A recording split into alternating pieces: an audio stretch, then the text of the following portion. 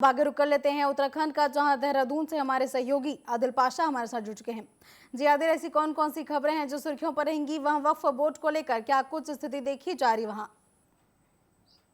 देखिए बिल्कुल कमलेश्वरी, क्योंकि वक्फ बिल को लेकर शुरू में देखा गया उत्तराखंड में जगह जगह विरोध प्रदर्शन भी हुए। जो मुस्लिम संगठन है अलग अलग, चाहे वो जमीयत उलमा हिंद हो, इमाम संगठन हो, अलग अलग लोगों ने विरोध प्रदर्शन किया है। और कांग्रेस पार्टी से जो जुड़े लोग थे उनका भी विरोध लगातार वक्फ बिल को लेकर। लेकिन अभी स्थिति सामान्य है। अभी जो धरने प्रदर्शन या उसकी जो मुखालफत थी वो कहीं ना कहीं अभी ठंडे बस्ते में नजर आ रही है। उतना कोई ज्यादा विरोध प्रदर्शन उत्तराखंड में अब नहीं हो रहा है वक्फ को लेकर, क्योंकि उत्तराखंड में अगर आप देखें तो चार धाम यात्रा की चर्चा है, क्योंकि 30 अप्रैल से चार जी। धाम यात्रा शुरू होनी है, जो सरकार के लिए एक बड़ी चुनौती है। और सरकार चुनौती के रूप में इसको स्वीकार भी करती है, क्योंकि किसी को किसी तरह की जो श्रद्धालु आते हैं दूर दूर से देश और दुनिया से, उनको किसी प्रकार की कोई दिक्कत ना हो, उसके लिए लगातार सरकार प्रयासरत है। अधिकारियों की हाई लेवल बैठक लगातार जारी, चाहे वो पुलिस प्रशासन के लोग हों या अलग अलग जिलों के जहां से यात्रा होनी है वहां के प्रशासन हो, लगातार संपर्क मुख्यालय से उनका हो रहा है। और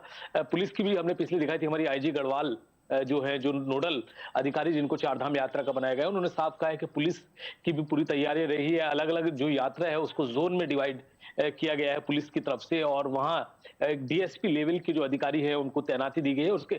और कमलेश्वरी, बड़ी बात यह है कि तकरीबन जी। इस बार अगर पूरी फोर्स की अगर बात करें चारधाम के दौरान, तो 3000 से ज्यादा सुरक्षा कर्मी यात्रियों की सुरक्षा के लिए मौजूद रहेंगे। वो चप्पे चप्पे पर आपको सुरक्षा नजर आएगी। और उसका मुख्य वजह यही है कि जो लोग वहां आएंगे उनको किसी तरह की कोई दिक्कत ना हो उसके लिए, क्योंकि सरकार नहीं चाहती कि चारधाम यात्रा का मैसेज किसी भी तरीके से गलत जाए। उसके लिए हर तरीके से सरकार प्रयासरत है। उत्तराखंड में अगर देखें, पुलिस मुख्यालय में एक सेल बनाया गया है चारधाम यात्रा को लेकर, जिसकी मॉनिटरिंग 24/7 होगी और वहां अलग अलग अधिकारियों की तैनाती रहेगी और पूरी यात्रा पर उनकी नजर रहेगी। कहीं भी अगर कोई दिक्कत है तो उसको तत्काल प्रभाव से सॉल्व किया जाए, कोई परेशानी ना हो।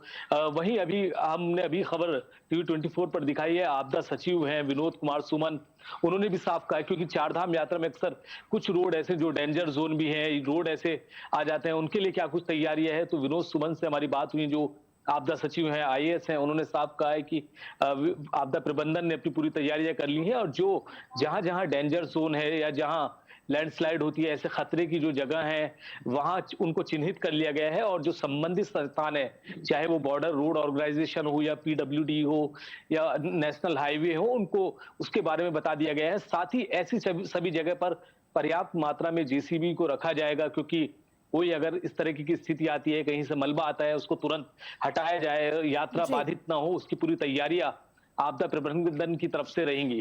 कमलेश्वरी, एक चीज और, अखिल भारतीय राष्ट्रीय कांग्रेस का अधिवेशन अहमदाबाद में चल रहा है। 2 दिन का यह अधिवेशन है। आज 8 और 9 अप्रैल को कांग्रेस का अधिवेशन हो, जिसमें उत्तराखंड से तकरीबन 40 जो कांग्रेस के नेता है, पदाधिकारी हैं, वो वहां पहुंचे हैं, जिसमें प्रदेश अध्यक्ष कांग्रेस करण मारा के साथ साथ पूर्व मुख्यमंत्री हरीश रावत, पूर्व प्रदेश अध्यक्ष और पार्टी के ज्यादातर विधायक उस अधिवेशन में पहुंचे। और अधिवेशन के पीछे जो कांग्रेस के लोगों से बात हुई, वजह ये कि आगे की जो रणनीति है, चुनाव देश में होने, अलग अलग प्रदेशों में चुनाव होने हैं। अब उत्तराखंड में अगर बात करेंगे तो उत्तराखंड में भी अब मई में संभवतः जो पंचायत चुनाव हो सकते हैं, उसके बाद 2027 में विधान, इन सब के मद्देनजर से भी यह अहम बैठक है। और उत्तराखंड के सभी नेताओं ने एकजुटता से वहां पहुंचे। कल ही वो सब लोग साथ में यहाँ से निकले हैं। तो कहीं ना कहीं एक मैसेज उत्तराखंड कोशिश दे रही है लगातार ये दिखाने की अब पार्टी में सब कुछ ठीक चल रहा है। और ये कहीं ना कहीं माना भी जा रहा है, क्योंकि जब से करण मारा ने प्रदेश अध्यक्ष के रूप में पदभार ग्रहण किया है उत्तराखंड कांग्रेस का, तो कहीं ना कहीं स्थिति सही नजर आ रही है। सारे नेता एक मंच पर भी नजर आ रहे हैं। बाईपोल करण मारा के नेतृत्व में उत्तराखंड कांग्रेस जीती है, जबकि ऐसा अमूमन प्रदेश में होता नहीं है। जब सत्ताधारी पार्टी काबिज हो और उपचुनाव में विपक्ष की जीत हो, तो उत्तराखंड में पहली बार ये चीजें देखी गई, चाहे वो बद्रीनाथ सीट पर देखा गया हो या हरिद्वार की मंगलौर सीट पर।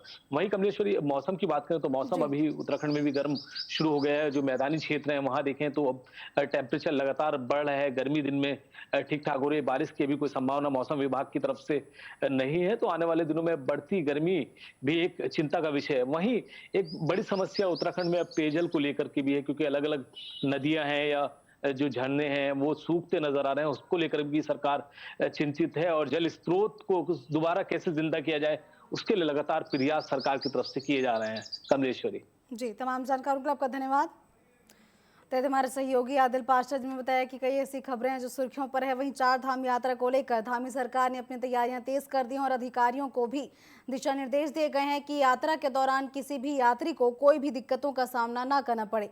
अब आगे रुक कर लेते हैं रायपुर का, जहां से हमारे सहयोगी प्रियांशु कश्यप जुड़ चुके हैं। जी प्रियांशु, ऐसी कौन कौन सी खबरें हैं जो सुर्खियों पर रहेंगी? वहीं प्रदेश कांग्रेस जो है, अब जो दुर्ग में बच्चे के साथ दुष्कर्म की वारदात सामने आई थी, उसको लेकर प्रदर्शन करने वाली है, क्या कुछ इसको लेकर अपडेट है? और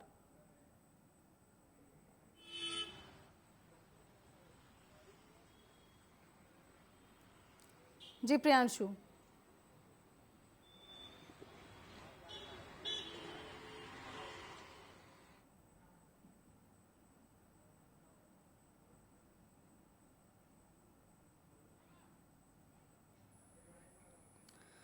तो आपको बता दें कि जो है उत्तराखंड में चार धाम यात्रा को लेकर तैयारियां शुरू हो चुकी हैं। धामी सरकार ने तमाम दिशा निर्देश अधिकारियों को दे दिए हैं ताकि यात्रा के दौरान किसी भी यात्री को मुसीबतों का सामना ना करना पड़े। इसके अलावा जो है अब रजिस्ट्रेशन भी शुरू हो चुका है ताकि जो भी यात्री आते हैं वो अपना रजिस्ट्रेशन करा के आए ताकि ट्रैफिक जाम की अव्यवस्था निर्मित ना हो। इसके अलावा कई जगहों पर जो है पहाड़ दरकने और लैंडस्लाइड जैसी घटनाएं होती हैं, इसको लेकर भी जेसीबी तैयार किए गए हैं ताकि ऐसी कोई भी रुकावटें अगर रास्ते में आती है उसको जल्द ही ठीक किया जा सके और यात्रा सुचारू रूप से जारी रहे।